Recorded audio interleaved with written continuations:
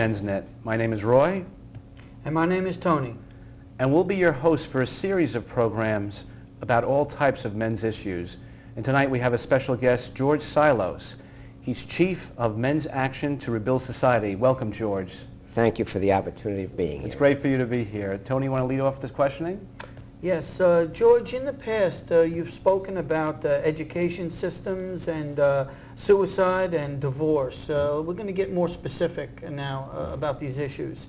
Regarding the education systems, you're a proponent of single-sex education versus co-ed schools. You want to elaborate on that? All right, there's a few reasons. Number one, the sexes think differently.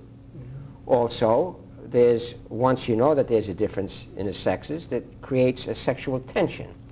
So my feeling is grades 1 through 6, you can have it co-ed, because for the most part, there's not a recognition of the sexual difference. After that, I'm for having single-sex education. Now, I was fortunate. I went to a co-ed grade school, as most grade schools are, but I went to an all-boys high school. I went to Brooklyn Technical High School in New York City, a wonderful school. I worked hard. I still had a wonderful social life on weekends, but during the week it was work. The same thing in college. I went to a military academy, and at that time they were not integrated sexually. And I learned a lot. I still had a wonderful social life. In fact, to those who say, well, not having it integrated affects your social life, my children who went to integrated schools, and I have 4 children, did not have the social life that I did going to all-boys schools. So I challenge that statement. Okay? Well, why didn't they, do you think? I think there's a certain mystique when you have the boys and girls separate, and there's a looking forward to getting together and going dating. Okay? Also, experiments have been done, say 5 years ago, pilot schools, pilot programs, and the students preferred single-sex education. Some did, George. I've seen the studies also, but you keep talking about the social side of single-sex, and you still have a social life. What about their learning to interact with each other than socially, just that men and women learning together, interacting together in you know? Well, interacting is social, okay? Now, there's another issue involved here, and the primary issue, I believe, of education is to learn something. Okay, you learn much more in single-sex education. And by the way, almost every one of your well-known feminists all went to single-sex education universities. There's proof against it. Okay. Yes, feminists would agree with you 100%. That's remarkable that you're taking their side in this, but you're doing you're doing for your own reasons. They don't believe in single-sex education. Do. Of course they do. There's been a big movement by the feminists. As a matter of fact, down in Manhattan, they just recently started all-girls high school. You must know that. Oh, yes. Yes. Right. And but that is because of the poor disadvantaged girls, and to give them a chance to catch up with the multi-advantaged boys. That's their philosophy. Right, exactly. Okay? So you're agreeing with them essentially when you advocate what you're advocating there. If you want to put it that way. The only thing I must say strange is... bedfellows on that issue, in other retrospect, words. though, Roy, I believe now, and the American Civil Liberties Union came out against that particular high school. Yeah, so now that contradicts what we're saying, because we're saying the feminists want single sex, but now has come out and said that high schools shouldn't exist. The feminists do not want single sex. I want to clarify this. The feminists prefer to have some schools that are for all women. They do not want all male schools. Okay? It's just like the feminists believe women can go into the military if they want to. Not that all women have to go into the military. Know the difference. They want the choice. They want the choice. Right. They don't want the men to have the choice. Right. Just like many universities now, excuse me, do not have fraternities or sororities. But they do have women's clubs.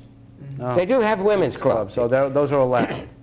So if you go to a university and you want to speak to men, there is no organization in which you can get a grouping of men. But you can get an organization in which you get a grouping of women. Only women. Of only women. Do you understand? Yes. Okay. So a few years ago at Mills College, you were taking the women's side, and then, oh, we don't want these terrible men in our college and to be invaded by men. Remember that? Mills College was an all-female college, and they wanted to bring men in because of financial problems, and some of the girls, it was a famous scene, they had it on in all the newspapers, of the girls crying, actually crying. We don't want the men here. That they didn't want. That's a case in point of being selective. All the federal academies are integrated. You know, West Point, Annapolis, Kings Point, they're all integrated. The Air Force Academy, they're all integrated, okay? And you don't agree with that? Oh, absolutely not. There's a tremendous difference in male and female thinking and learning and what have you. And I do not feel they should be in the same classroom. And also, there is the sexual tension. You know, somebody's always flirting with somebody. When you have single sex, you get down to business, whether you're women or men. So you agree with the feminists that you want single-sex schools, but against them when it comes to military academies, with the famous cases where they've been integrated? I don't agree with the feminists on anything. Okay. Okay? All right? I'm just saying I believe in single-sex education. Okay, I understand what you're trying to say there. Okay. Now, we also touched on a little bit about suicide, I believe, in past discussions, how boys are committing suicide at an alarming rate these days. I have said on this show that I believe that it was because of a lack of male role and masculinity in our society today. That's part of it. That's part of it. I don't know how you feel that way, but there's another aspect to this. We are teaching our young men today, our youth, go to school, learn something, and get a job and make some money. For what? To support a family. For what? To support a family and themselves. No, we don't tell them that because family is breaking down in this country. There's 24 million children being raised without a father right now. There are 11 million unwed mothers in this nation, which is being fostered by the government. So that is not the purpose for a man to go to school excuse me, and learn something and get a job. That is not the primary purpose, okay? What is the purpose? Because he's not being, in fact, family is not being taught. Right, I So, agree with that. so how can you say that's the primary purpose of him doing this when he's not being taught anything about family? So what's the purpose in your opinion then? There isn't any purpose, and that's why they shoot themselves. Oh. That should be understood. That's a female thing. Female thing. So, go to school, learn something, become a productive person in society. Okay? So you feel these boys at Columbine in Colorado didn't have any self-esteem, and that's why they did it? Well, we went from suicide to Columbine, which wasn't suicide. Columbine was murder. Well, they ended up shooting themselves at the end, though. Okay, Yeah. but I feel... They both had mothers and fathers. They both had a lot of privileges in They life. have mothers and fathers. The culture is such today that all of us, even well-meaning men in your organization or my organization or wherever, the stress is go to school, learn something, get a good job. Right. Okay. To be successful in This society. is not natural to the male psyche. This is natural to the female psyche. What would be natural for the men? For the male psyche? Yeah. Loitering. So you're advocating men should not go to work? Men all over the world, their major pastime is loitering. Okay? And that should be understood. And it's from the loitering male that the ideas come from to invent the typewriter or the telephone or this, that, or the other. Okay? Where he's contemplating, he's exchanging ideas. And even in primitive societies, just a little aside here, but when the American Indian caught buffalo, and remember, in pre-Columbian times, there were no horses and there were no rifles. So the way you caught buffalo is you got them to stampede off a cliff. Now, if you all did it right, the buffalo, but if you did it wrong, okay, it was pretty bad, okay? So this is made for male camaraderie and male doing things right. Right. Now, once those buffalo went off the cliff, and they went down, they picked up their buffalo, and they came back to the camp, and they told the squaws, here, be creative, all right? Now they made buffalo stew, patched up the wigwam, or made a new loincloth. Right. But the men didn't work.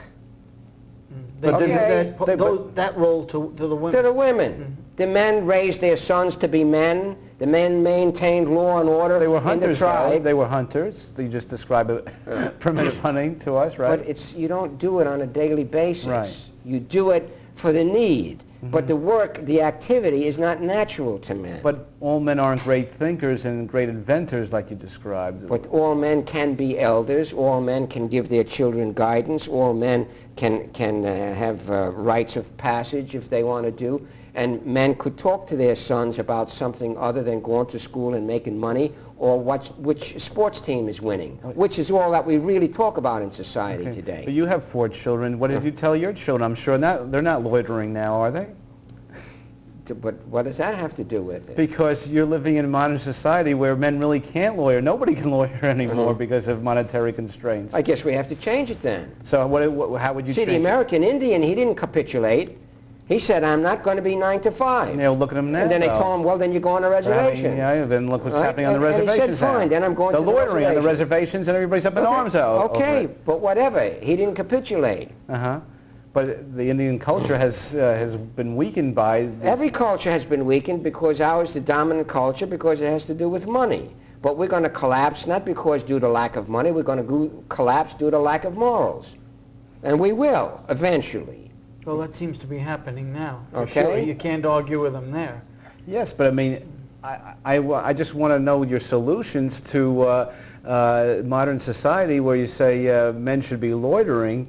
I'm not saying like that. I said that somewhat tongue-in-cheek, but I want to show that to be on the production line is not natural to the male side.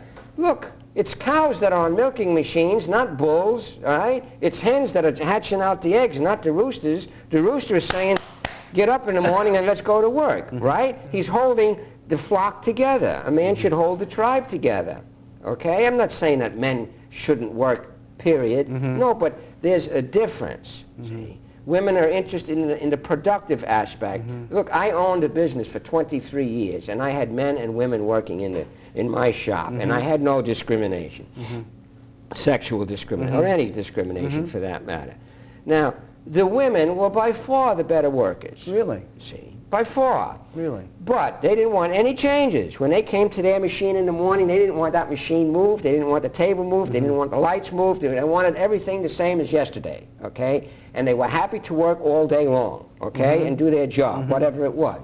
The men, they wanted to move the machine, they wanted to move the table, they wanted to, if I let them go, they'd move the building on me. They wanted to change things. They wanted to change things. But I can tell you this, even though the women were the better workers, right, because they're cut out for that, every labor-saving, efficiency-improving method that developed in my shop in 23 years came always out of the men. See, the women are content to keep doing it. See, men pioneer. That's a characteristic of the male. He wants to pioneer. He wants to do it differently. He doesn't want to be on a production line. So, I mean, a lot of feminists would agree with you that women work better, and some men aren't being hired Let 'em because of work. that. Let 'em work. What are the men who are denied jobs because they're men That's supposed all to right. do? We'll find another way to get them money. How? You see? If you can find a way and tell everybody watching, we'd love to know. Well, we can have a more tribal type of community. Is that realistic? I feel that it is, yes, and I hope to expound upon it in the future. And how can you? I feel that we can have, as a for instance, a street representative. The street that you live on. Let's say you're in New York, Right. and you're on 19th Street between 7th and 8th Avenue. So you tell everybody in that block, on that street, that you're the street representative. Whatever problems they may have come to you, if the garbage isn't being picked up, if somebody is stalking them when they get off the bus at night, whatever it is, okay? Not that you'll necessarily do everything, but you'll show them a means to it, you'll give them names, addresses, phone numbers, this, but to come and see you about it, all right? But they have But, that. I mean, they call them councilmen. They No, call they them have large areas. And people No. run for those offices? No. That's not it at all. That's a very impersonal. They don't even know most of the people who call them up, okay? And when I say a street representative, someone whom you know. more localized. You're talking. More localized. And then for every so many street representatives, you have an area captain. and then a neighborhood chief. They have so block on. associations in some neighborhoods in and around in a the very area. loose sense. In a very loose And sense. they run for office within those blocks and things like that. You just can't appoint yourself. We're getting a little off the subject, though, but I just I want find to it bring out. fascinating. I just want to bring out or get back to the education. Right now, there's slightly over 100 all-female colleges in the country, and from my recollection, there aren't any male colleges, because the last two that went were Virginia Military Institute and the Citadel. If you remember, they were in all the newspapers how women entered the military colleges. So what you're saying before is right. They want the choice of that they have of either to go to single-sex colleges or to go to a co-ed college, but they don't give that same right to men. Right. Also, if you look at all the big feminists, the famous, the big-name feminists, as you're right, they came from Smith College and some of the other famous colleges I can't think of right now. But so isn't that a bad thing to have them? I mean, these things become feminist strongholds. These all-female colleges. Well, I really don't care.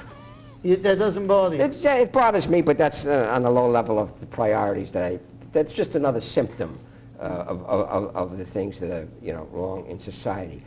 First of all, the educational system and the government doesn't really want men in it, and for reasons that I've told you. Now, you're focusing on the education. Newsweek magazine 2 months ago, 3 months ago, did a cover story on research that had been done on the high schools in this nation. Mm-hmm. It was on TV and what have you. I think I saw that, yeah. Now, on the cover of Newsweek, they showed about the educational system, our best high schools, right? Mm-hmm. And being politically correct, they had a black or black Hispanic student, an Asian student, a white student on the cover. Right. Mm-hmm. No male students. Oh, really? Only girl students. Oh, really? Only girl. Mm-hmm. Okay. When you open up to the main story, it was a picture of a girl. Mm-hmm. When they got specific and started talking about New York City, which school did they talk about in New York City? The girls' school. Aquinas High School in the Bronx, a Catholic girls' school. Mm-hmm. And they earn extra credits for doing community work. And what is the community work that they did but go and work at a home for unwed mothers? Mm-hmm. Now, can you see? No males involved in this. Right. 3 weeks later, the same Newsweek comes out, another cover story on education. 60% of the enrollment in universities are females. Have men lost their minds? Okay? Now, do you see all of this just an accident? No. All right. The curricula is so designed that it's not male-friendly, which is another reason, Tony, that I want all-male schools. You can't make it female-friendly if they're all males in there, okay? If it's co-ed, they're going to doctor it, or they're going to influence. Right. Now they're saying the girls are getting the better marks. Of course they're getting the better marks. They're teaching it in a female way. Right. But keep this in mind, gentlemen. Back before the feminists got their hooks in Barron's Guide, Barron's Guide to universities, when they show the average SAT scores, Barron's at that 20 years ago always showed the average female and the average male. Right. The average male was always 10 to 15% higher than the average female. Always, okay? So if the men have higher SATs naturally than the women do, but they get lower scores in school. Right, grades, their grades are lower. Why? Why? Because, okay. Like you said, the schools, well, they favor the... They favor the female, and they don't Female want teachers favor the female? the school system. Besides, I told you men like to loiter and think, right? Yeah. So, they don't want thinkers in this society, don't you understand? Yeah, well, girls mature earlier, they we always want say. productivity. We want productivity. We don't want men thinking, like saying, we got 1.8 million men in prison. How come we got so many men in prison? We got 1 million youth in street gangs. More and more men are starting to, blow their brains out. Hey, something's wrong around here. They don't want that going on. This government doesn't want that. All they do is use that information to restrict men even more by saying men are bad. That they're committing suicide, they're using guns, they're committing crimes. So it's all negative, and they're looking to restrict men even more. Even more so. Look, I consider the major issue, the major statistic of all these statistics, which is not discussed, is the high incarceration rate of males, okay? And it's so high, it's phenomenally high. It's something that should cause this nation to have a revolution. It's more than Europe, right? It's more than anywhere. I know. In 1972, the Encyclopedia Britannica stated there were 250,000 males in American prisons, 250,000 men. And they said it was very, very high. It has been doubling every 10 years. In 1982, it was 500,000 men. In 1992, it was 1 million men. In 1995, it was 1.5 million men. Right now, it's 1.85 million men. Will be at 2 million men by the year 2000. Think of it, 2 million American men in prison, and we're not at war. Is that because of economic circumstances, you believe, or Right. something else? I thought our economy was booming. I thought so too. So what do you think the reason is? we have a society that is unfriendly to the male.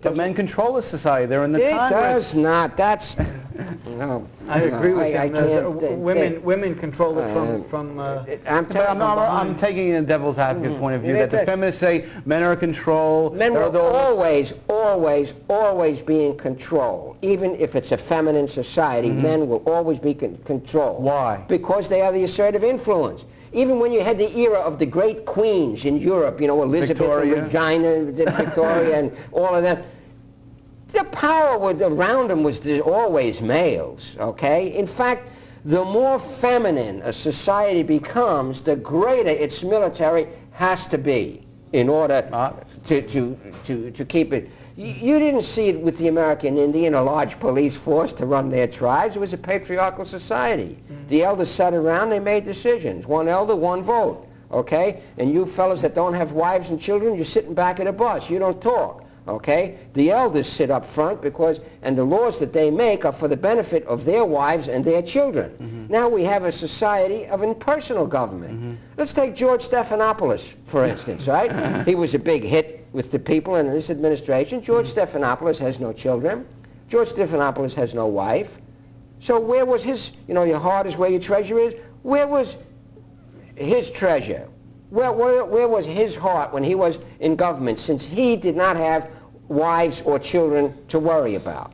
Okay? Where was for his own personal growth, right? His own advancement in life. Do you see the negative effect that Obviously, this has with on... the book that he wrote, Right? I think was very, critical of the White House. But there is no loyalty today. We're living in a feminine society. We have hooker values in society. Hooker values, okay? You see how the phone companies, they offer $25, you know, if you switch? Right. There are women who always change, okay? You know what they're saying? Who's going to pay the most for me today? Is it going to be Sprint? Is it going to be MCI? That's a hooker value, right? And if you say, well, that's laissez-faire economics without the masculine influence is whoredom. You can quote George on that one. Well, we know you've written some things about that. But so, George, I mean, you obviously feel that there's several crises in this country, and do you offer any solutions for the average person watching that they can do with some of these things, whether it comes to education or prisons? Well, I had mentioned about going to a tribal society. Right, but I mean, that's not going to happen. Let's be real about it. It's not going to happen, and especially not overnight. I feel it needs to happen. Yeah. Okay, that's number one. However, before any change is made in anything, the person has to change, you see. And we live in a society where a lot of people agree we need change. A lot of people agree. But very few people want to change. Obviously. See, because we live in a passive society. So we want somebody to make the change for us. Somebody out there, which is already the corruption of the thinking. No, you have to make the change. You have to look in the mirror. You have to decide that that person, his values, his way of life is going to have to start changing. Now, if we get enough men together, and women will follow on this, who look in the mirror and say, yes, we want to start doing things differently, have a different set of values, teach our youth different things, whether we have street representatives or some other thing, then we will begin making change. But until the individual decides, yes, he wants to make change, he's going to look in the mirror and he wants to, no, he's not going to bust his hump to go to school and make more money. And by the way... But isn't it my... go ahead, I'm sorry. By the way, I feel I should point this out. If you look at the average adult educational school, or what is another word for, you know, the seminars that people go to and the clubs they join, you will find that 90% of those who attend are women. And 90% of those women are single. Now, there are two reasons for this. The first reason is the married woman, she has a structure and a focus in her life. So she doesn't have to go and spend her money elsewhere to be told a new focus and a new structure. But there's also another very overpowering reason that the women are going to better themselves. Women are adaptable. They can adapt to anything. That's why you need men around, to make sure they don't adapt to what is wrong. They are adapting to this culture and want to make it in this culture. The men in general are not adaptable, and the average man already knows he doesn't like this culture, and he doesn't want to make it in this culture. Right? He's not coming out and stating it. I'm talking on a subconscious level. Because he's too worried about making money, correct? No, he's fed up with it. Okay. You know, he's fed up with Well, this. George, he's talking about up with it. We're up out of time right now. Okay. You've been a fascinating guest. It's been a pleasure to have you. Very provocative viewpoints. Well, maybe we don't all agree with everything you said, but certainly make it interesting for both of us. And we hope to have you back on the show again. Right, Tony? I would look forward to it. Okay. Tony's my yes man tonight. Anyway, I want to thank George for coming. The name of his organization is Men's Action to Rebuild Society. He's a chief of that, is that fair to say? And his phone number is 212-874-7900, extension 1329. That's our show for tonight. We thank you for watching, and be with us next time. For Tony, I'll say good night. Thanks for watching.